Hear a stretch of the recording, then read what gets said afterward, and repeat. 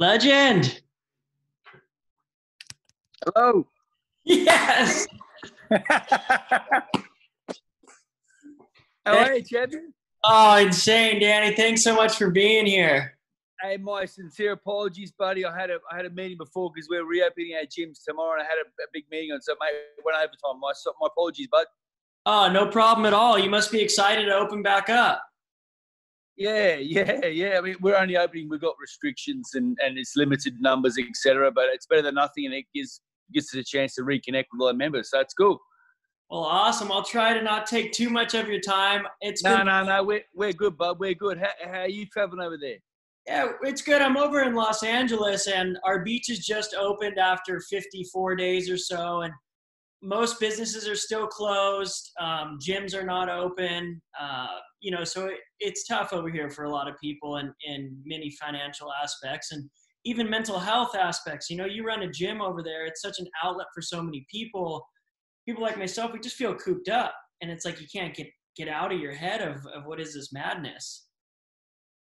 Yeah, you're right, Alex. It's mental health and health in general is so important. But I was only ever in fight gyms for, since I was 12 for so long. And only I opened my first kind of gym business in 2014. And I then realized that gyms, these commercial gyms, fitness gyms, really are a place for people that suffer a lot of mental health or are lonely. It's a real place. It's a real place where people connect. They can feel a part of a team, part of a family, part of a club, part of a group. So I didn't realize how many people use the gym, not so much for fitness, but just to be part of something. And it's great, and it's you see so many people that are pretty lonely. Sure. and don't have a lot of friends. And it's like, and I love going, hey, man, how you going? And you can just see it lifts their day because someone's speaking to them. Some guy's saying g'day and, include them in what's going on. Come over here, John, we'll talk this, have a chat. What do you reckon, mate? Just include them. And, you know that you've just made them feel, and everyone in the gym, everyone knows that just talking to each other makes me feel good. But someone comes up and says, g'day, Granny, how you going? Yeah, g'day, mate, how you doing? As long as they're not busting my balls, it's all right, it makes you feel good. And so, from watching your social media, obviously the titles you've won, the world championships, the way that you lived your childhood passion and your dream of being a professional boxer, I love what you do with your community. And just hearing you talk now, you have a sense of wanting people to feel welcomed. I see what you're doing with the Coward Punch campaign, and what I would consider an anti-bullying type thing. How was it transitioning out of your career into now being a part of a bigger picture, being able to use who you are and your platform, but to help people in a relatable way, which is, daily, needs for people? I don't know, man. I never really thought about it, I guess. But I guess, I'm just a regular bloke, I'm just a regular guy, and I do the same thing as you do, mate. And we all, we all bleed red, mate. So it doesn't really matter. So I guess I kind of established early on in my career. I was lucky enough to have most of my fights as a professional. I went to Olympics and then turned pro, and my fights were all on TV as a pro. My very first fight was a TV fight, So I had exposure from the get-go as a professional. And then I won some good fights early on and got a good following, and then fought for the world title very early on in my career. And after only 2.5 years, I was won the world title. So it was a pretty quick progression, and I had a good following. And I guess I had a good following because I'm just a regular bloke. So people thought, oh, this bloke's on TV, he's winning these fights, and he's destroying people and doing really well. But he's just a regular bloke who wants to go have a beer with his mates after the fight and include everyone and bring everyone in on his high. And that's one thing I loved about recently with Tyson Fury when he won the world title against Deontay Wilder. His walk to the ring was just amazing. He's blowing kisses to everyone. He was making sure that everyone was a part of his energy. The difference between him and Floyd Mayweather's, no disrespect to Floyd, legend of the game, an immense fighter, incredible fighter, but never really brought the crowd in. It was all about him. It was all about Floyd and his bling and all that bullshit, which was never my go. Whereas Tyson Fury, he wins the fight, and then he sings a song after the fight and brings everyone else in on his high. He includes everyone, so everyone can try and feel just a little bit of the rush that he's got. That's what it's about. So I learned that early on. If I can bring people in on my high, it's so much, my high got so much bigger because I was feeding off of their energy. It's fucking awesome. Yes. It's so cool. You know, it's something I've been talking about. Everybody's trying to calm the ego. That's the fad right now.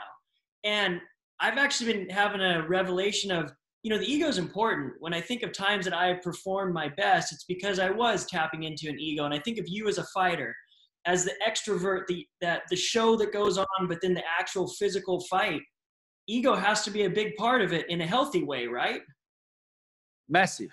You know, I don't, let's get this out of the way. I don't know how you guys do what you do. I watch what you do and I look at it and go, man, you know, it's crazy. You must have an ego like King Kong, but it's obviously very well tapped and very, very controlled, because it must take an immense amount of confidence and self-confidence in your own ability.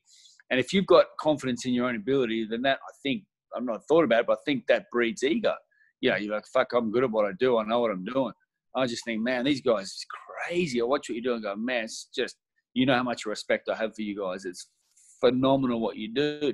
What I do, I look at what I do and go, it's no big deal, because people fight all the time, but you guys go conquer Mother Nature.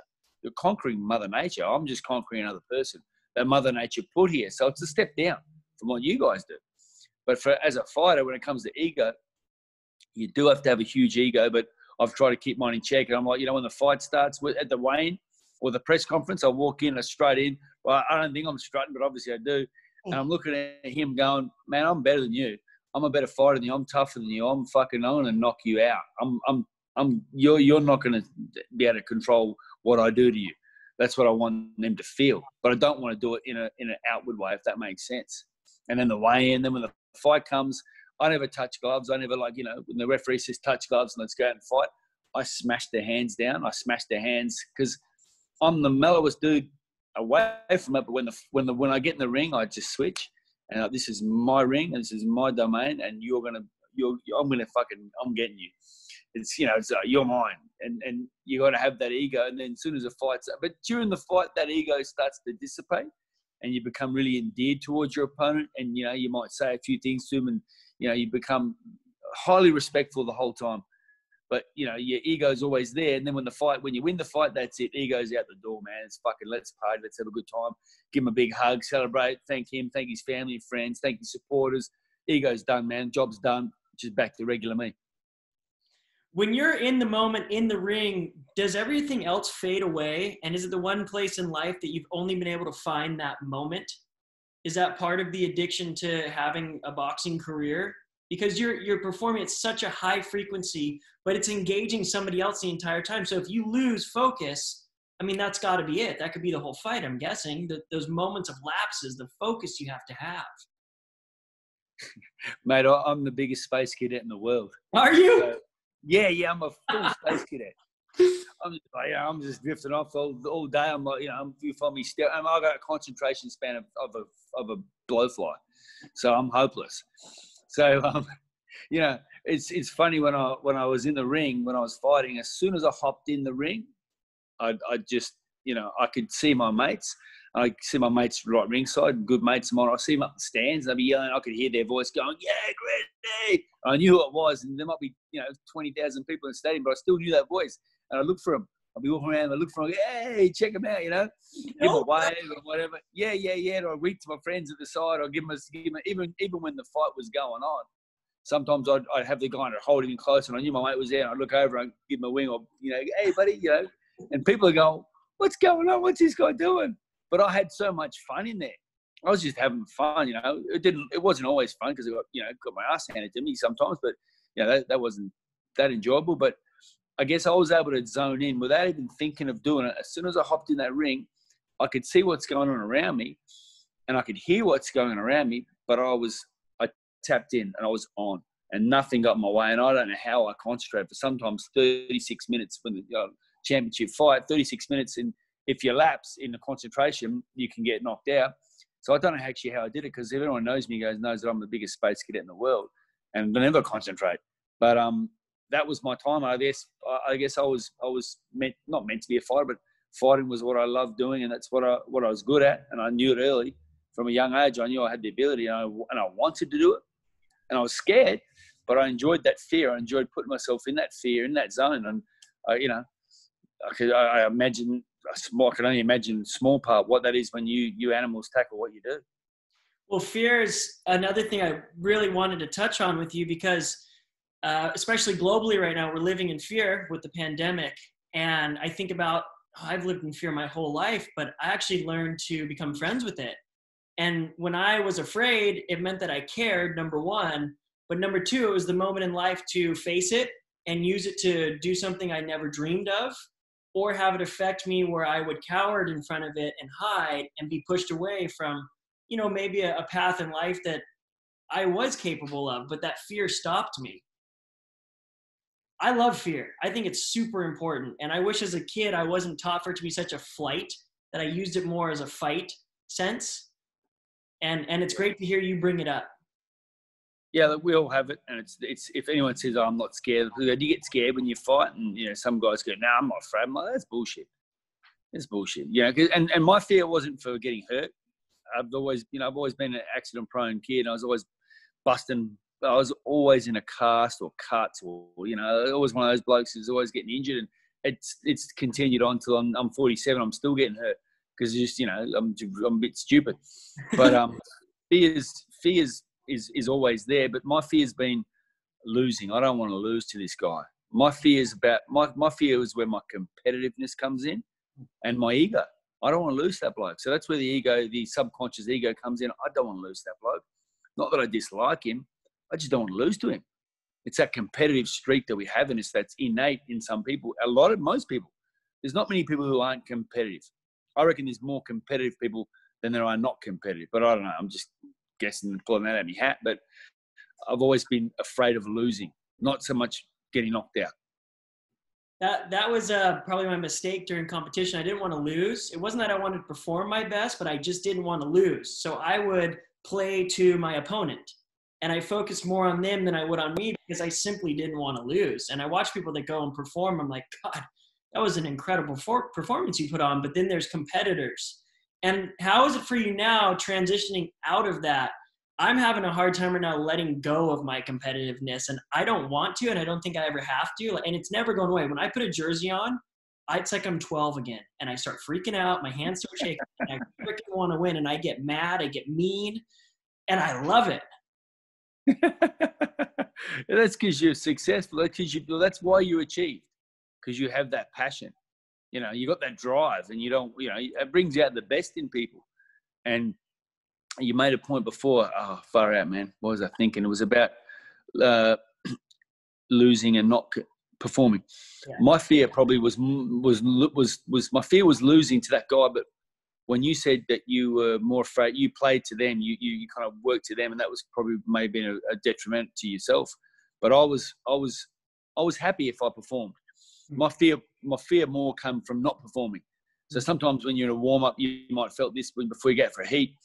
Big competition, if I knew my legs were heavy, so I'm in the warm-up and I'm moving around, we're hitting the pads and I could feel my legs are heavy, and I was like, oh man, my legs are heavy, and it's like, fuck, I don't feel that good. And then that'd play in your mind.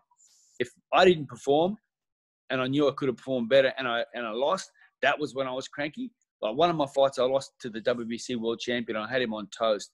I was winning. He's a Polish guy, Krzysztof Lodacek, and he was an animal. And he was a really, really, is a beast. And I wasn't expected to be victorious. And I was dominating up until round 11. And halfway through round 11, I only had 1.5 rounds to go, and I couldn't have lost. I had to get knocked out to lose. I was so far ahead.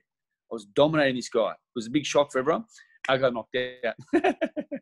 So I lost the fight. I was like, far out. I was so upset. It hurts me a lot to this day. That fight, I've lost bigger fights. But that one hurt the most because to beat him would have been a real like an unexpected win, but I was doing so well and I was performing under duress. I was performing against a bigger, stronger, harder bloke as far as size goes. Because in boxing, if you're a bigger man, the rule is generally a good big man will beat a good small man. So, but on the day anyone can win. But I was going so well. So that's one of my favourite fights. Although I lost, and I lost in dramatic fashion, I was winning and performing so well. So it kind of doesn't hurt as bad because I was performing really well. How did you deal with failure? Was it something that made you go back into the gym and train harder for the next fight? Or would you wallow in and let it kind of take you to a different place? Because everybody loves succeeding and we all watch people win, but it's the failures that typically drive you to the place of going even further with your success. Yeah, mate. If I lost, I was straight back on, man. I was in the gym the next week. I was like, oh, what do I do? And that disappointment in myself. I was like down on myself, so I didn't get down and hit the piss and start eating shitty food and not do anything. I'd go to the gym and I'd work harder and I'd eat better and I'd sleep more and I'd recover better. So I'd do all these things to get better and better because all I wanted to do was be the best I could be. All I wanted to do was be successful as a fighter and be the best fighter I could. So I knew that if I was, to sit there and lick my wounds, I'd be no good. So the only way to do it was just get back in there and train harder, work harder, and try and improve and do what I didn't do the fight before. There's only a couple of fights in all my career that I hadn't trained properly or prepared properly. And for me, like those preparations and those training sessions and that whole lead up, like 8-10 weeks lead up to the fight, some people, that would have been, a lot of fighters, that would have been their best preparation they'd ever done. And that would have been one of my worst because I always pushed myself super, super hard. I was proud. I was proud of the reputation I had as my work ethic was always almost second to none. So I was very proud of that. And that's why I was able to be successful because there's a lot of fighters out there that are gifted with better ability and probably more natural talent than I had. But I had good attributes. I had a good chin. I could take a shot. I didn't mind fighting. I liked fighting. And I had a very good punch. And so I had some good attributes that enabled me to be successful. But none of that would have happened if I hadn't worked super, super hard. So I was proud of that, I've always believed that hard work will beat natural talent. When you get the two together, then you get those, rare people that break all the records, like yourself. Like Slater. Like Kelly Slater, and you now look at somebody like him and realize how phenomenal of a surfer and human he is. And will it ever be broken again? Maybe not. I don't think so, Alex. And it's funny, surfing's now getting the recognition. It's gone really professional. It's become mainstream. And that's only happened really the last, I'd say, for me looking on the outside, maybe the last 8 years, 5 to 8 years where it's really kind of gone, like the WSL has really hit its straps and these tournaments around the world and it's on Fuel TV and, or longer probably, because I remember that crazy one back in Chopu when they played that the competition, they called it off. And then they kept running it. Fuel TV kept running it. And then it just went nuts. And you lunatics went off your fucking heads out there. That was heavy. I can almost relive every, oh man, that was crazy. I was just a spectator. But yeah, surfing has become so mainstream because it's now, it's a professional sport, but it always has been a professional sport. And people don't realize, a guy like Kelly Slater and not just Kelly Slater, yourself, and all there's so many guys out there in the sport that eat well, that train so hard, that look after their body, they're meticulous with their diet, their preparation, their recuperation, their recovery, like full on. And people don't realize that. These are professional athletes. You don't get to these guys' levels. You don't get to their ability unless you excel at what you do. And I think a guy like Slater, he's been such an incredible competitor, but he was born an incredible surfer as well. But like you said, when the two come together, so he could have been really, really good. I mean, he would have been good no matter what. But if he didn't have that incredible work ethic and that commitment to being the best, and there's only one, a guy like him, I don't think a guy like him's ever going to come around again. At what age did you begin to start sacrificing what is a normal life for, young teenagers? And you bring up diet, you bring up work ethic, you bring up hard work. When did the light bulb click at you? What age were you when you said, I have a talent here. I love this more than anything. I'm going to do everything to go as far as I can with it? I was 18. My first amateur fight. I had a couple of kickboxing fights and did karate. Started karate. My old man got me karate when I was 13. I got my black belt when I was 17 and thought I was Bruce Lee. And all I did was hold my pants up. And I had a couple of kickboxing fights and then I had my first amateur fight. But boxing was what I always wanted to do. But there wasn't really many places to do it where I was from, and there wasn't many boxing. I didn't really know many people in boxing. Then when I found my first trainer, my old man was, you got Burger King in America? Yes. Well, my old man, he was a farmer back in the day. He's a wheat and sheep on the farm way out west, east, sorry. And, very tough life. And then he grew up doing that. His family grew up doing that. His mum and dad passed away when he was 15. He had 11 brothers and sisters, and they all looked after each other and, cared for each other. And the old man ran into drought 3 years in a row. He came to the city and then started flipping hamburgers. And then 38 years later, he retired from Hungry Jack. It was a place over here called Hungry Jack's, which is exactly the same as Burger King in the States. And then this guy from America bought the franchise out to Australia, and they called it Hungry Jack's because his name was Jack Cowan. He's a Canadian bloke. And my old man started working for him. And then 38 years later, headed up operations and he retired. And but he's a guy that my dad worked with, that dad got him a job, a little Burmese guy called Patrick De Valerius. He was in line one day to get a job. Him and his brother, because it was really hard times, there was a big line to get a job. And the old man walked past these 2 blokes and saw him in line and went, they look like hard workers. Come over, any of you boys. And him and dad hit it off. My old man loved boxing. He didn't fight, but he loved the sport. And Pat was the Burmese champion. He brought his family out here. His 4 sons were all Australian national champions. And then the old man, him hit it off. We were all good mates. I used to go watch his sons fight. And then at 18, Pat said, let's do a training session. So I had my first training session with Pat and never looked back. That was it. That's when I fell in love and I was addicted. And that was that you spoke before. That was that light bulb moment. My first training session with Bill Pat. You know the movie Karate Kid? Yes. And Mr. Miyagi? Yeah. He literally looks like Mr. Miyagi. And my name was Daniel. That's who he was training you? Pat was, yeah, and the guy in the movie Karate Kid's the old boy's name's Pat Morita. Well, my trainer, his real name his name's Patrick. Pat. Everyone calls him Pat. So I was like, man, my name is Daniel. They're like, fuck, this is like the Karate Kid live with boxing. But it was yeah, and he was my amateur coach, and then obviously I moved on to other coaches, but and I'm still very close to him, and he was the reason why I was able to be a fighter, and because when I met him, it was like, man, my world changed, and I owe it to Pat. And what about the influence of your father as well? It sounds like he was very supportive.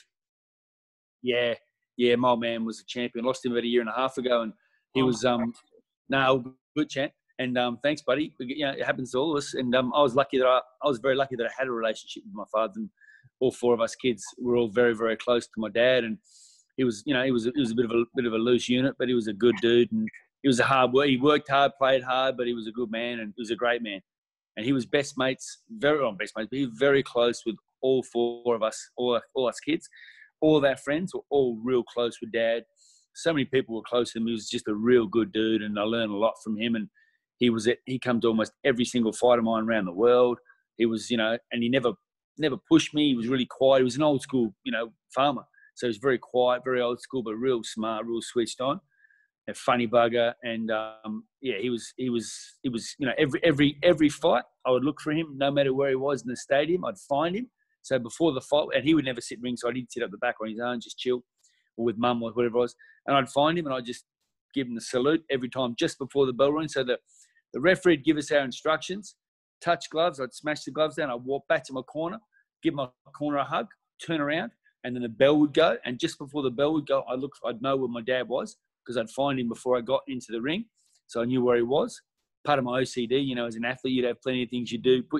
You put your right leg in your weddy first or something like that. I'd find the old man, salute the old man, and then bang, I'd be able to switch off and start fighting. So that's how close we were. Man, I got goosebumps right now. That's such a beautiful story. I love it. Here he is here, mate. Here's the old man here. Where is he? I'll show you. Can you see that tattoo there? Yeah. Can you see it? Oh, it might be too light. I don't know. Can you see that there? You got a little bit of light up. There you go. Now I can see it. That's me hugging my dad after my last fight. Wow. No way. Yeah. It's cool. What year was that? 2017.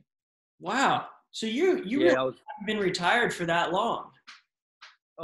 3 years, over 3 years, nearly 3.5 years. So yeah, I was an old boy when I fought. I was a month of 44 when I had my last fight. And what's the average age of a boxer to retire? It depends, Alex. Generally, the heavier the weights, the older they fight. The smaller weights, flyweight 51 kilo, bantamweight 54. From the smaller weights, generally don't. For some reason, their longevity isn't as long in boxing. I don't know what it is. The bigger men generally can fight on longer, I guess, because their work rate isn't as much. The little guys just just throw so many punches, and because they don't knock as many guys out. So the heavier guys, we generally knock guys out more. So your fights tend to be shorter. So you don't have that wear and tear that the smaller guys have, because they generally, a lot of their fights go the distance. So maybe it's they get more wear and tear. I don't know what it is. But 44 years old, like Bernard Hopkins fought until he was 49.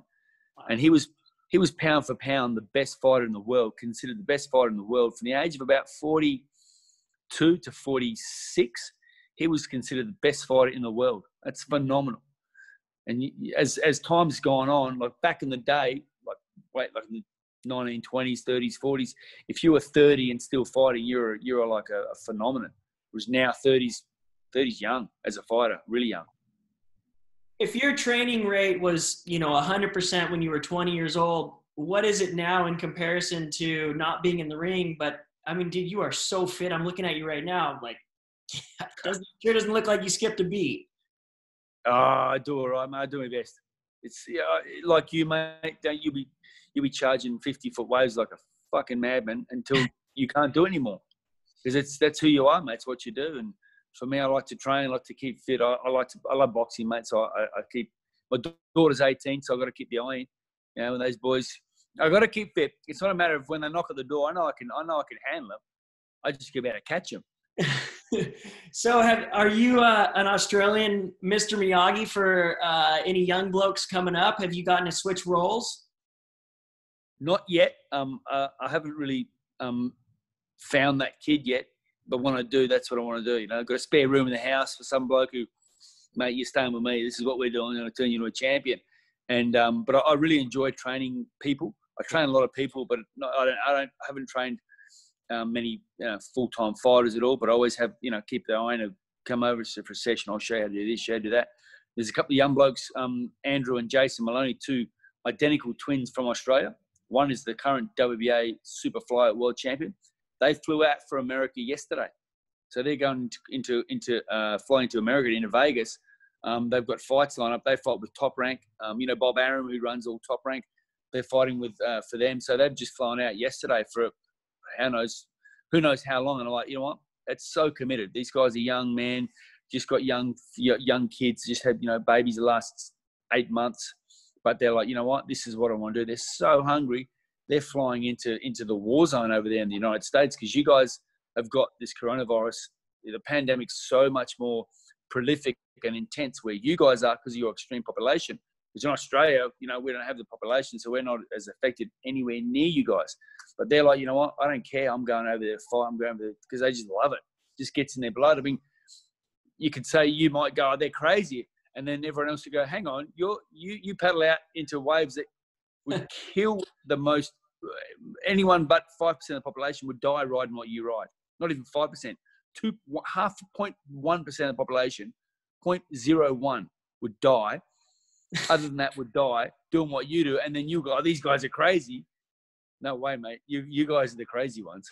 Well, but we talk about it, it's like, I'm not going to get in a ring. I never got in a fight except for the last one I had with my older brother, and it came to the point where we had to look in each other's eyes where somebody was going to get really hurt. And that was the last fight I ever had in my life. I was 14, he was 17, and that was it. I saw the fear of God, and I said, I'm good with this whole fighting thing. There's something about going against Mother Nature that kind of thing reinstilled, and I liked tempting Mother Nature, but man, she can teach you some really tough lessons, especially in an egotistical manner. But what's the worst hold down you've had? The worst one was during that Code Red swell that you're talking about, where they held the contest off at Chopu. I had 2 life vests on, and I didn't make any. Was that Chopu or Cloudbreak? That one was Chopu. They've done 2. Okay, gotcha. Cloudbreak. The Chopu one was early. It was around 2013. Yes. Yeah. Yep.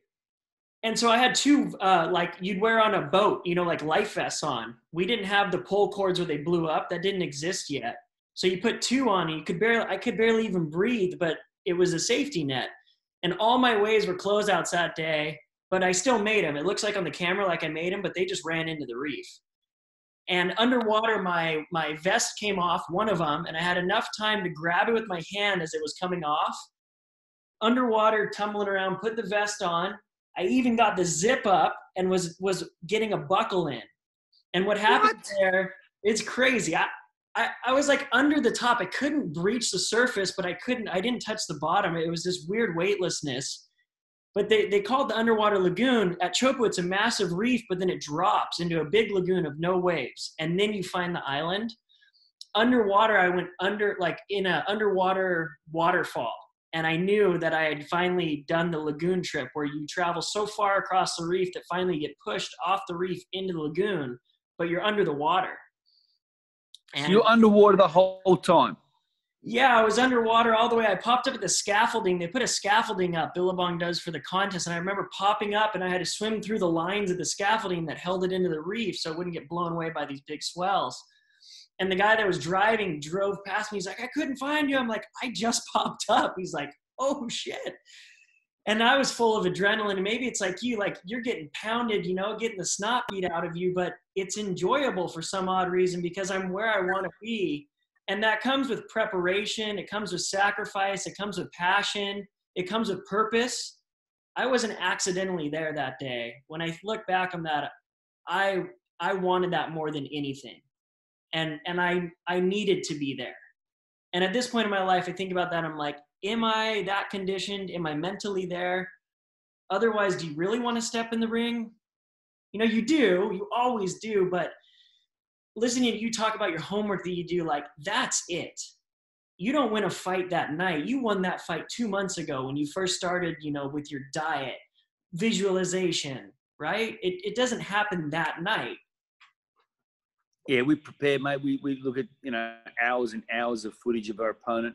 Even, and then I'll get sparring partners that emulate or fight a similar way to my opponent. And a lot of my opponents come from the States. A lot of my sparring partners come from the States. So we'll fly them out 6 weeks, 8 weeks earlier, put them up, look after them 1 second. Sorry. You're back. I had a phone call. Sorry, mate. And so, we'll fly them out and these guys will fight like my opponent. We'll find guys that are similar to him or that have fought my opponent that are similar to him. And so that way we don't have to try and work out what's going to happen in the fight because we've kind of been there for 6 or 8 weeks before that, similar to it. And, and then we work out what strengths. We analyze what does that guy do that is his strengths, and we try and nullify those strengths all the time, working on my strengths, and then work out what does he do? What does he do when he hurts someone? How does he react when he hurts someone? What does he do? Because then, you can fox them. You can play hurt and then boom, and then crack them coming in or get them with the foxy shot. Or what do they do when they get hurt, or which way do they move the most? How do they defend off? Because my strong point, so you work out how they defend, or what do they do when they're under attack from a heavy jab or whatever it may be. So I won't bore you with it, but you analyse and you go through hours and hours and hours of footage and come up with a game plan. What do you reckon the best game plan is going to be against this guy? And then have plan B, and then if plan B fails, then you just go back to just go for it. Let them hang out and just fucking go. And so there's a fair bit more science involved to the sport than what people would realise. You understand it, mate. But a lot of people go, they just go out there and put the hood on, go for a run in the morning, come home, hit the carcass that's in the freezer, have an egg milkshake, and then away they go. Da-na-na, da-na-na. I've seen that movie. The best, mate. The best G-Up movie ever. It's fun for me right now. Like, I see the passion in you just talking about what you love. What would you say has been the secret or the success to your longevity? You're in your late 40s now, and I see you love boxing as much as you did. I didn't know you until now, but man, I see it in you. Excuse me. It's just something I always wanted to do, and it wasn't, I don't know, it's from a age, I want to do this. I saw Sugar Ray, Roberto Duran, Marvin Hagler, and my favourite, Thomas the Hitman Hearns. I'd watch him and go, man, I want to do that. That's what I want to do. I didn't think I'd do it, but you gravitate towards it. But I guess I had longevity. I think genes, your genetics play a big part in it. I was wiry. I was, I had a good frame for boxing, for the sport of boxing, and I didn't carry much weight. I was able to be bigger for my weight division without carrying much weight. So I was tall and long, good reach, so I could hit him from a distance. I was born with big, heavy bones and big hands, big mitts. So I was able to, when you hit them, they stay hit. Not always, but and I just loved it. But I looked after my body away from boxing. So when I wasn't fighting or have a fight, then, I might have a week off where I just chill. And I learned to have more time off after my fights as I got older, because I realised that's the time when, my cells would be recovering through rest. My tendons, ligaments, joints, bones, muscles, etc. They'd all get a rest when I wasn't pushing my body, because I was always pushing. And then I realised I was always kind of getting injured or getting a bit sick or whatever, and not being able to recover. So I learned to have more recovery time. But I think the number one thing is just I always looked after my body. I ate pretty well, and I'd always be conscious of keeping in good shape away from my fights. There's a lot of fighters, they fight and they blow up. They get the piss and eat junk and don't train, sit in the couch, watch TV, then go and fight again, get in incredible condition and look amazing. Then they go up and down, whereas I kind of just kept it pretty level the whole way through. Oh, thank you for sharing that. And I won't keep you much longer. I always ask everybody who are my heroes, which you are. Thank you for taking time to do this with me. You're my hero. What are you talking about? That's hilarious. I wish I could do what you do. I wish I had the balls to do what you do. What would you say to any young gentleman or gal who wants to pursue their dream? Never let anyone tell you can't do it. And the only person who will stop you doing it, unless it's unrealistic. If it's unrealistic, like if you say, "Hey, I'm going to walk on the moon," but I'm going to walk on the moon. I'm leaving from California. I don't walk to the moon. No, it's not happening. But if it's it might be everyone said when I was young, "Oh, he won't make it. He won't be a." No one thought I was going to. Really, honestly, I look back and there was no one who would have thought that I would win a world title in boxing. No one. When I say no one, like my old man and my mates, where they thought, "Yeah, good." My old man won't believe in me, but I myself never thought it would happen. But I was just obviously. I look back, I was very driven, but I didn't realize it. I didn't mean to be. I never thought about it. I never had to push myself. I fought with broken noses, fractured jaws, fractured eye sockets, busted hands. Like my hand, I broke this hand. You can see it there. Can you see that bone there that's broken? Yeah. So I broke 2 bones in the Olympics in 2000. So I literally had one hand my whole career as a pro, because this hand was so bad, and it was really bad. But I just persevered. I had so many broken ribs that I fought with, I broke 2 bones in my back, and I kept fighting for 2 weeks with it. Like, it was just, I was that determined and driven. And so no one was going to tell me, "Hey, you're not going to make it. You can't do it." Back in the day, and everyone say, "Oh, this guy's too slow. He's whatever it was. He can't skill. He gets hit too much," all this kind of stuff. I never listened to it. So for the kids out there, if they're listening, don't listen to anyone that tells you can't do it, because they're just dream killers. And I saw a thing, Mr. T, B.A. Baracus from the A-Team. Well, he put on YouTube, maybe kids get there and watch it. It's called Dream Killers. So just Google Mr. T Dream Killers, and he's talking about people who put you down or want to pull you down or stop you from doing what you want to do. They're called Dream Killers. And from when I saw that years ago, I told my kids, "Hey, that guy's a dream killer. Don't listen to him. You can do whatever you want to do, as long as you do it the right way, as long as you're committed and you realize you can't do anything without working hard." And you know what? If you see that kid working hard, well, then work harder. Give yourself every edge to be better and more successful by working harder and doing the things that they're not going to do. And the key is your self-belief and the 1%ers. Do the things that no one else is doing, and then also have that self-belief that don't let anyone pull you down. If you fail, keep going, man. Just don't give up. Keep going, because I failed heaps, but I just kept going and kept going. Oh, that's a perfect way to end this, Danny. Thank you so much. Thank you for your time. I hope we get to surf one day. I would love to do that. That's a goal of mine. That'd be a massive thrill for me, Alex. Really would, mate. I have so much respect and admiration for yourself, mate. Look what you do. You're such a man. You're a cool dude. You're positive. You're a great role model, great ambassador for the sport of boxing, but for people in general, man, you're a really cool motherfucker, eh?